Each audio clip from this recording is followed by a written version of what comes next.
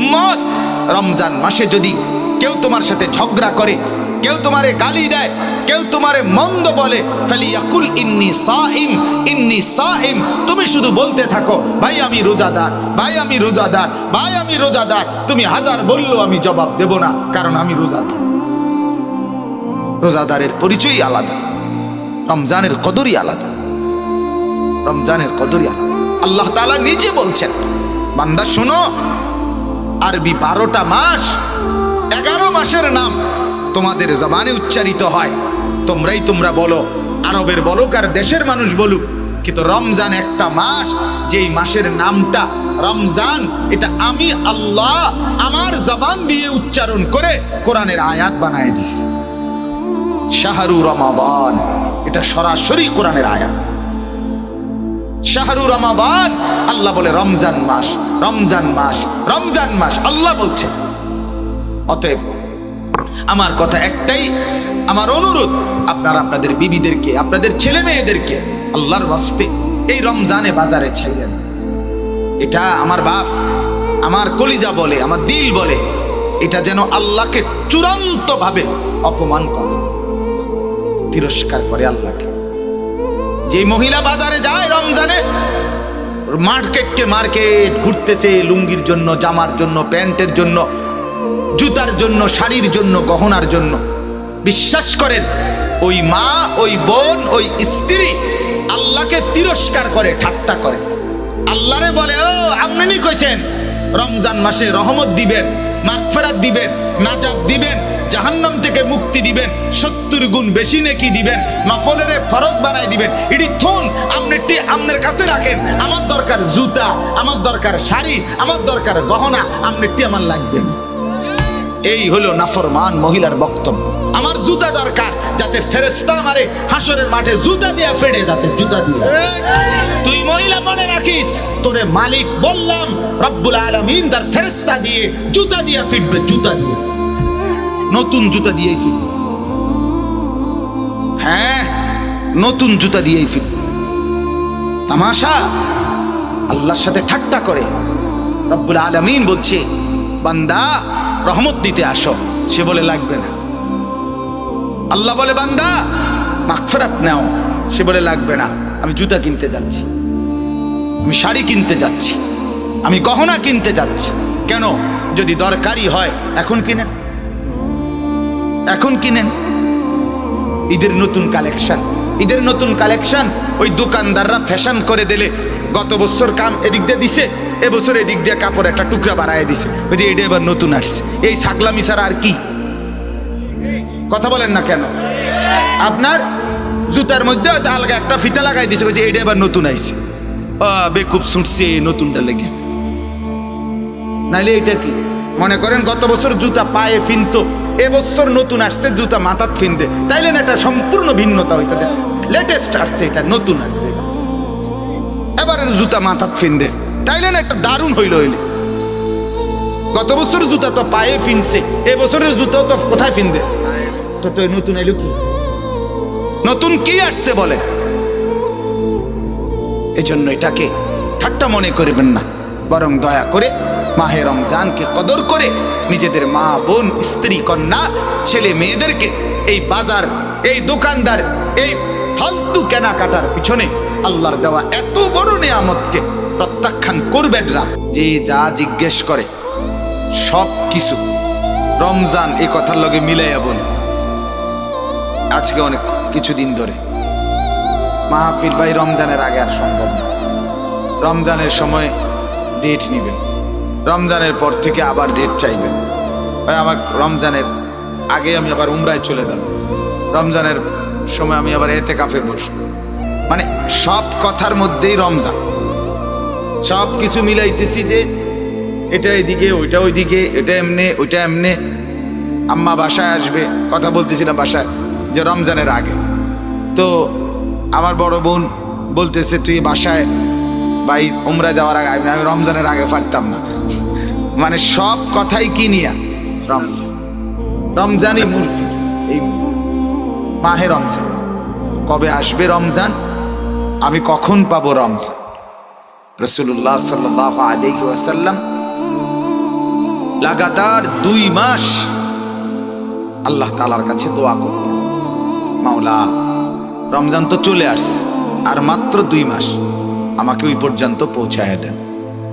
আল্লাহুম্মা বারিক লানা ফি রাজাবা ওয়া শাবান ওয়া বাল্লিগনা রমাদান।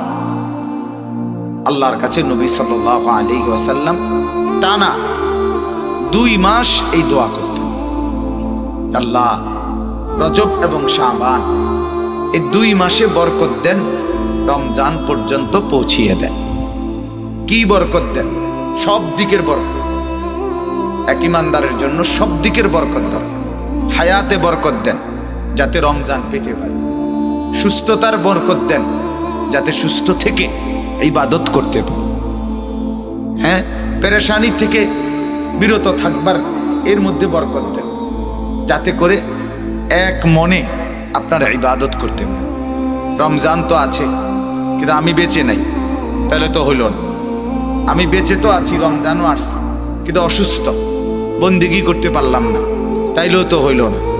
সুস্থও আছি কিন্তু পারিবারিক অনেক পেরেশানি, বিভিন্ন মুখী যন্ত্রণা, যার কারণেও নীরবে ইবাদত করতে পারলাম না, তো এটাও তো মুসিবত। এই জন্য হার কিসিমের বরকত আল্লাহ যতভাবে হইলে আমি আপনার বন্দিগিটা নিরাপদে করতে পারবো, ইবাদত নিরাপদে করতে পারবো, সেইটা আপনার কাছে চাচ্ছি।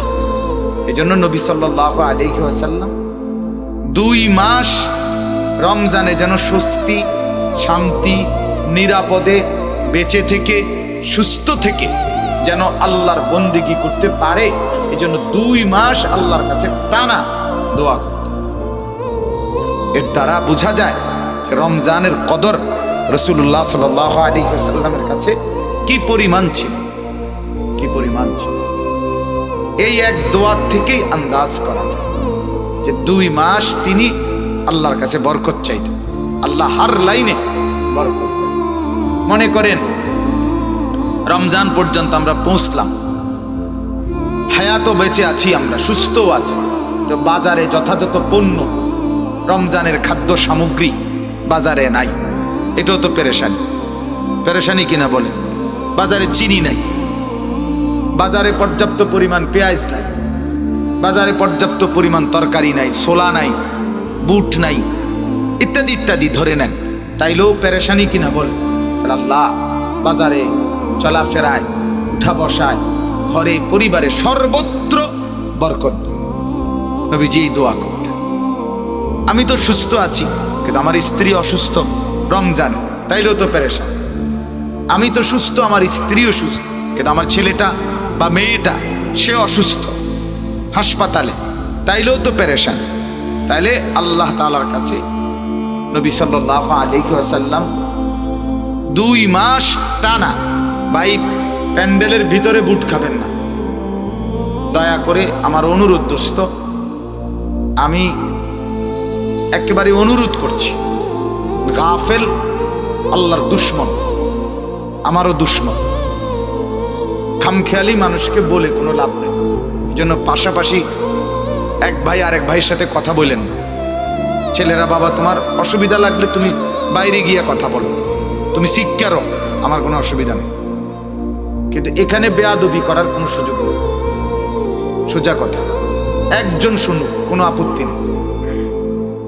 আমি আজীবন এই তবিয়তের মানুষ যে কোনো সময় সংখ্যা গুনি না। অনেক মানুষ দেখে লাভ মারছি এমন কিছু না, কম না বেশি সেটা আমার দেখার বিষয়। আমার মালিকের কথা বলার জন্য বলা, আল্লাহর কথা বলতে বসছি। এজন্য একজন কথা বলবেন, একজন বুট খাবেন, একজন পাশের জনের সাথে একটু কথা বলবেন, একটু আল্লাহর কথা শুনবেন, হবে না দোস্ত? আল্লাহর কোরআন এটা তুমি বাংলা বই মনে করো, এটা অঙ্ক ইংরেজি বই মনে করো না, ওটা পৃথিবীর সমস্ত পড়া একত্র করলে কোরআনুল কারীমের এক অক্ষরের কোণার কাছেও আসতে পারে। কোরআনুল কারীমের সামনে পৃথিবীর সব, এই বাংলা, অঙ্ক, ইংরেজি, পদার্থ, জীববিজ্ঞান, রসায়ন বিজ্ঞান, উচ্চতর গণিত যা আছে, এগুলো 2 পয়সার মূল্য রাখে না কোরআনের সামনে। হ্যাঁ, ওগুলোর জায়গায় মূল্য, কিন্তু কোরআনের সাথে তুলনা করলে ওর একটারও কোনো এর কাছাকাছি ন্যূনতম কোনো মূল্য নেই। দামি একমাত্র আল্লাহর কোরআন। অতএব তুমি এটাকে দোস্ত ফালতু বিষয় মনে করো, ফালতু বিষয় মনে করো। গাফেল আল্লাহর দুশমন, খামখেয়ালি, খামখেয়ালি। আমার মনে আছে আমি একবার এক ছেলেরে বলছিলাম, ওরা কয় পারি না, অনেক আগে শিক্ষকতার প্রথম দিকে বললাম পারো না, কাকা পারি না আর কি, পারে না আর কি। এরম ডাকাত কি হয়, পারি না আর কি। এই যে বেয়াদব, কত বড় বেয়াদব, এই অসংখ্য ছেলে পেলের হালাতে কি এরম করো, এরম করি আর আমনের কি খারাইয়া তুমি দাঁড়াইয়া এরম দাঁড়াইয়া রয়েছি, আমনের কি বুঝছেন না কথা? তুমি যে এই মেয়েটার পিছনে পিছনে হাঁটতেছো, কি হাঁটতেছি, আপনার অসুবিধা কি? মানে কথাবার্তার ঢং হইলো সে যে মানুষ না জানোয়ার এটাও জানে না, খবরও নাই। হ্যাঁ, ভাবসাব মনে হয় অসুবিধা কি, আমার নিজেকে খুব বুদ্ধিমান ভাবে। আরে নাফরমান তো বুদ্ধিমান না বাপ, নাফরমান বোকা হয়, নাফরমান অপদার্থ হয়, বোকাই হয়। আল্লাহ নবী সাল্লাল্লাহু আলাইহি ওয়াসাল্লাম বলেছেন, আল কাইয়িসু মান দানা নাফসাহু, যে নিজের হিসাব করে, ওয়া আমিলা লিমা বা'দাল মাউত, মৃত্যু পরবর্তীর জন্য আমল করে, আল কাইয়িস, তাকেই বুদ্ধিমান বলে। আল কাইয়িস, সে বুদ্ধিমান। ওয়াল আজিজু মান আতবা নাফসাহু হাওয়াহা, নবীজি সাল্লাল্লাহু আলাইহি ওয়াসাল্লাম বলেন, এবং অক্ষম, অপদার্থ, দুর্বল, ব্যর্থ, অথর্ব, যে তার মনের ইচ্ছা মতো চলে। হাদিস, ওয়া তামান্না আলাল্লাহ, চলে নিজের ইচ্ছা মতো আর আশা করে আল্লাহর কাছে। আল্লাহ, মুখে বিড়ি, আল্লাহ ভরসা, আল্লাহ ভরসা, পকেটে হারামের টাকা, আল্লাহ ভরসা, ঘরে রঙিন টেলিভিশন, আল্লাহ ভরসা, চেহারায় দাড়ি নাই, আল্লাহ ভরসা। কি আল্লাহ ভরসা, কি উপরে কি করতে চাইছেন আপনি? আল্লাহ তাআলা নাফরমানির উপরে আল্লাহ ভরসা, এটা আল্লাহ বলছেন। কথা বলেন না কেন? আপনি মিথ্যে বলবেন, আল্লাহ ভরসা। আপনি ওজনে কম দিবেন, আল্লাহ ভরসা। আপনি নাফরমানিতে ডুবে থাকবেন, আল্লাহ ভরসা। এটা আল্লাহ বলছেন, এটা রসুল বলছেন, কোনো আলেম বলছে আপনাকে? কেমনে বললেন এটা আল্লাহ ভরসা? আল্লাহ ভরসা তখন মুমিন গুনাহ ছেড়ে দেয় যখন, মুমিন আর করবে না এই ওয়াদা দেয় যখন, মুমিন লজ্জিত অনুতপ্ত হয়ে মাফ চায় যখন, তো আল্লাহ তাআলা বলে, আমি ভরসা, আমার উপর থেকে নিরাশ হইও না, সব মাফ করে দিই। শর্ত হলো ছেড়ে দিতে হবে, শর্ত হলো আর করবা না, ওয়াদা দিতে হবে, শর্ত হলো লজ্জিত হয়ে মাফ চাইতে হবে, মাফ চাইতে হবে। বিড়ি খাইতে খাইতে আস্তাগফিরুল্লাহ, চা দোকানে বসে টেলিভিশন দেখে, মুখে বিড়ি, আস্তাগফিরুল্লাহ, আস্তাগফিরুল্লাহ, ইডি নিও মানছে অন দেশটা বুঝি এই নি চলতে আছে। এবার আস্তাগফিরুল্লাহ, আমনের আস্তাগফিরুল্লাহর উপরে আস্তাগফিরুল্লাহ, বুঝেন না? আপনি যে আস্তাগফিরুল্লাহ কইছেন, এটার রূপে কি আস্তাগফিরুল্লাহ? এটা কি ধরনের আস্তাগফিরুল্লাহ হলো? আমাদের করাচি হযরত রাহমাতুল্লাহ আলাইহি বিশ্ববিখ্যাত বুজুর্গ ছিলেন, আরিফ বিল্লাহ হযরত মাওলানা শাহ হাকিম মোহাম্মদ আখতার রাহমাতুল্লাহ আলাইহি। তো ওনার একটা ঘটনা আছে, উনি একবার বলছেন, হজে যাইতেছেন উনি পাকিস্তান থেকে। তো ওনার সাথে আরো একজন পাকিস্তানের শেঠ মানে বড় ব্যবসায়ী, পাকিস্তানের বড় একজন ব্যবসায়ী, ধনাঢ্য ব্যক্তি, উনি ওনার সাথে সিটে বসা, একসাথে ওনার সাথেই যাচ্ছেন হজে, এহরাম পরা। তো বিমানের মধ্যে যে মহিলারা থাকে, বিমানবালা, এরা অনেক সুন্দরী হয় এবং এদের কাপড় অর্ধেক কোম্পানি দিছে, যে দূর কিনছে, সেটা তো আর তারা করতে আনবো, কথা বুঝেন? এই জন্য অর্ধেক। হ্যাঁ, তো কোম্পানির হয়তো আরো খরচ আছে, সব মিলাইয়া কাপড়ের বরাদ্দ দূর দিছে, দূর পিনছে। তো এই অল্প অল্প কাপড় পরে এরা আপনার এই খেদমত করে, মানে অর্থাৎ বিমানের সেবা করে। এই মহিলাগুলো অপরূপ সুন্দরী। তো এই বেচারা ওই শেঠ ব্যবসায়ী, উনি হজরতের পাশেই বসা। তো এই মহিলারা তো আসতেছে যাইতেছে, উনি হজরতকে বলতেছেন, হজরত হজরত দেখেন দেখেন, আস্তাগফিরুল্লাহ আস্তাগফিরুল্লাহ, মহিলাগুলোর কাপড় চোপড়ের কি অবস্থা। তো হজরত তখন বললেন, আরে ভাই, তোমার আস্তাগফিরুল্লাহর উপরে আস্তাগফিরুল্লাহ, পহলে তো নজর হটাও ফির তো আস্তাগফিরুল্লাহ পড়ো। আগে তো কি সরাও? নজর সরাও। তুমি যে আস্তা বাড়ির দিকে ছাইয়া রইছ, ছাইয়া ছাইয়া কয় আস্তাগফিরুল্লাহ আস্তাগফিরুল্লাহ, দেখছেন নি কারবার কি দেখতে? তুমি তো দেখেই রইছ, তাহলে এইটা নিয়ে আস্তাগফিরুল্লাহ কোন? এই জন্য হযরত বললেন যে তোমার আস্তাগফিরুল্লাহর উপরে কি? আস্তাগফিরুল্লাহ পেহলে তো নজর হটাও, আগে তো চেহারা সরাও, আগে মহিলার থেকে নজর নামাও, ফের পড়ো আস্তাগফিরুল্লাহ, এরপরে পড়ো তুমি কি আস্তাগফিরুল্লাহ, তাইলে না? এজন্য বাপ রাগ হইয়েন। বলার উদ্দেশ্য হলো, ছেলেরা মাশাআল্লাহ যারা পড়ছো ভাই, আলহামদুলিল্লাহ, আল্লাহ বসাইছে, আল্লাহ বসাইছে, তুমি বসো নাই, আল্লাহ বসে। আল্লাহ চাচ্ছে তোমার একটু পরিবর্তন, আল্লাহ চাচ্ছে তোমার একটু ভালো, খোদার কসম, এই জন্য বসাইছে, এই জন্য বসাইছে। আল্লাহ তাআলা দয়া করেই বসাইছে। অতএব মেহেরবানি করে অল্পটুকু সময় আমরা একটু মনোযোগী হই, আল্লাহ আমাদেরকে তৌফিক দান করে। তো আমরা বলতেছিলাম এই মুহূর্তে রমজান, আলোচনার মূল কেন্দ্রবিন্দু শুধুই কি? রমজান। এবং আল্লাহ নবী সাল্লাল্লাহু আলাইহি ওয়াসাল্লাম লাগাতার 2 মাস রমজানের জন্য দোয়া করতেন, 2 মাসে বরকত চাইতেন, আর বলতেন আল্লাহ বরকত দিতে দিতে রমজান পর্যন্ত পৌঁছায়। তাহলে এই মুহূর্তে আমাদেরও হিসাব, যার আল্লাহ বিবেক দিছেন, আল্লাহ তাআলা যার কলিজার ভিতরে আখিরাত আর পরকালের ভাবনা দিয়েছেন, বাপ প্রত্যেকে, আমি এবং আপনি মূল ফিকির করবেন যে সামনে রমজান, রমজান, মাহে রমজান, মাহে রমজানের জন্য দোয়া করেন, আল্লাহর কাছে বলেন যে আল্লাহ আর অল্প কয়টা দিন হায়াত ভিক্ষা দেন, আল্লাহ রমজানের চাঁদ না দেখাইয়া আপনি মাহরুম করবেন না, তীরে এনে তরি ডুবাইয়েন না, মাওলা দেখা যায় রমজান আর অল্প কয়টা দিন, 1 মাসও নাই, এই 20-22 দিনের রমজান বাকি, আল্লাহ আপনি এই কয়টা দিন হায়াত দিয়ে রমজানের চাঁদ পর্যন্ত পৌঁছান, রহমত মাগফিরাত আর নাজাত দিয়ে জান্নাতি করে দিন।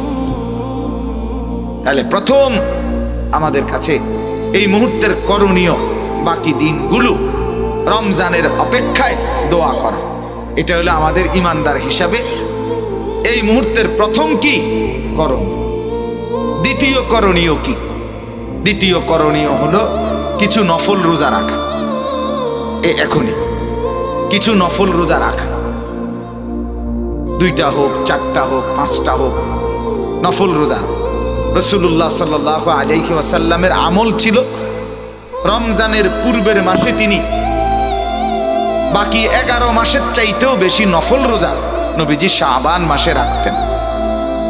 আম্মা জান আয়েশা রাদিয়াল্লাহু তাআলা আনহা তিনি ইরশাদ করেন যে শাবান মাসে, মানে রমজানের আগের মাসে, মানে এই যে এখন যে মাস চলতেছে আরবি, এই মাসে নবীজি এত লম্বা, এত লাগাতার রোজা রাখতেন। তিনি বলেন মাঝে মাঝে মনে হইতো যে না জানি এইবার শাবানে আর রোজা ছাড়বেনই না, একবারে রমজান সহ পুরাইয়া তারপরে থামবেন, এরকম টানা রাখতেন, এরকম টানা রাখতেন। আমার এক ঘনিষ্ঠ মানুষ, দাওয়াত ও তাবলীগের সাথী, কুমিল্লা ক্যান্টনমেন্টের ডাক্তার সাহেব, আলহামদুলিল্লাহ, বলতেছে হুজুর আমি নিয়ত করছি, যেদিন বলছে সেদিন বলতেছে 33টা রোজা হয়েছে লাগাতার, নিয়ত করছি রমজানের আগে 60টা রোজা পুরা। কি মুসলমান, কেমন ইমান, জগৎ তো এজন্য বললাম আল্লাহওয়ালাদের ফিকির কেমন, অথচ ডাক্তার সাহেব দাওয়াত ও তাবলীগের বরকতে আল্লাহ তাআলা তার কলিজায় কি পরিমাণ মহব্বত দান করছে যে 60 রোজার আগে পূরণ। তাহলে রমজানের 1 মাস তো 3 মাস কি হলো, রোজা হলো। তাহলে আমাদের তো উচিত কিছুটা নফল রোজা রাখা। এটা রাসূলুল্লাহ সাল্লাল্লাহু আলাইহি ওয়াসাল্লামের সুন্নত আমল। নবীজি সাল্লাল্লাহু আলাইহি সাল্লাম শাবান মাসে রোজা রাখতেন, নফল রোজা রাখতেন। হাদিসের মধ্যে আছে আল্লাহর নবী সাল্লাল্লাহু আলাইহি ওয়াসাল্লামকে জিজ্ঞেস করা হয়েছিল, আপনি শাবান মাসে এত নফল রোজা রাখেন কেন? নবী সাল্লাল্লাহু আলাইহি ওয়াসাল্লাম বলেন, তাযীমান লি রমাদান, রমজান মাসের সম্মানার্থে, রমজানের সম্মানে, রমজানকে বরণ করার জন্য আগ্রহী, এই আকাঙ্ক্ষা নিয়ে রমজানের আগেই কিছু নফল রোজা লাগাতার তিনি রাখতেন। এক্ষেত্রে সর্বোচ্চ আমার অনুরোধ রইল কমপক্ষে 3টা রোজা আগামী 5, 6, 7, শবে বরাত 7 তারিখ না, 5, 6, 7 মার্চ মাসের 6, 7, 8 জি 6, 7, 8 আগামী 6, 7, 8 মার্চের এই 3 দিন 13, 14, 15 শাবান, মানে শাবান মাসের 13, 14, 15 এই 3টা দিন নফল রোজা রাখবেন। ফায়দা কি হবে? 1 নাম্বার, টানা 3 দিন রোজা রাখলেন। নবীজি শাবান মাসে বেশি রোজা রাখতেন, তা আপনি তো সারা 11 মাসে এরকম 3 দিন টানা রোজা রাখেন নাই, তাহলে আপনার লেগে মোটামুটি বেশি হইল, ঠিক কিনা মানেন না? 1, 2 নাম্বার, প্রত্যেক আরবি চাঁদে, আরবি মাসে নবীজি সাল্লাল্লাহু আলাইহি ওয়াসাল্লাম 13, 14, 15 সারা বছর তিনি এই 3 দিন চাঁদের রোজা রাখতেন। এটাও একটা নবীজির আমল, আইয়ামুল বীজের রোজা, এইটারও আমল হয়ে যাবে।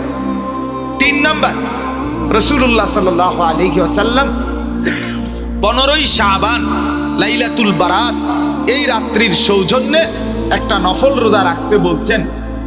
সুমু নাহারাহা কুমু লাইলাহা, রাত্রিটা জাগো, দিনের বেলা রোজা রাখো। তাইলে এই লাইলাতুল বারাতকে কেন্দ্র করে যেই রোজাটা, সেই রোজাটাও ওই 15 তারিখ আপনার আদায় হয়ে যাবে, 8 তারিখের রোজাটার মাধ্যমে আদায় হয়ে যাবে। এই জন্য 1-এর ভিতরে 3 হবে, রোজা রাখবেন 3টা। তো বেশি রোজা রাখা অন্য মাসের চাইতে নফল, এটার আমলও হবে। 13, 14, 15 রাসূলুল্লাহ সাল্লাল্লাহু আলাইহি সাল্লাম রোজা রাখতেন মাসের চাঁদের, এটার আমলও হবে। লাইলাতুল বারাতের একটা রোজা, এটার আমলও হয়েছে। আমরা যেহেতু দুর্বল মানুষ, কমপক্ষে আমরা এই 3টা রোজার আমল করার চেষ্টা করব, বলেন ইনশাআল্লাহ। মা বোনদেরকে বলবেন, মারা বোনেরা ওনাদেরকেও বলবেন, ওনারাও এই রোজাগুলো রাখবার জন্য আগ্রহী হবে। মহিলারা এমনিতেও নফল রোজা রাখতে আগ্রহী, মহিলারা রাখে আলহামদুলিল্লাহ। তো তাদেরকে মনে করাই দিবেন যে 6, 7, 8 মার্চের এই 3 দিন যেন রোজা রাখে।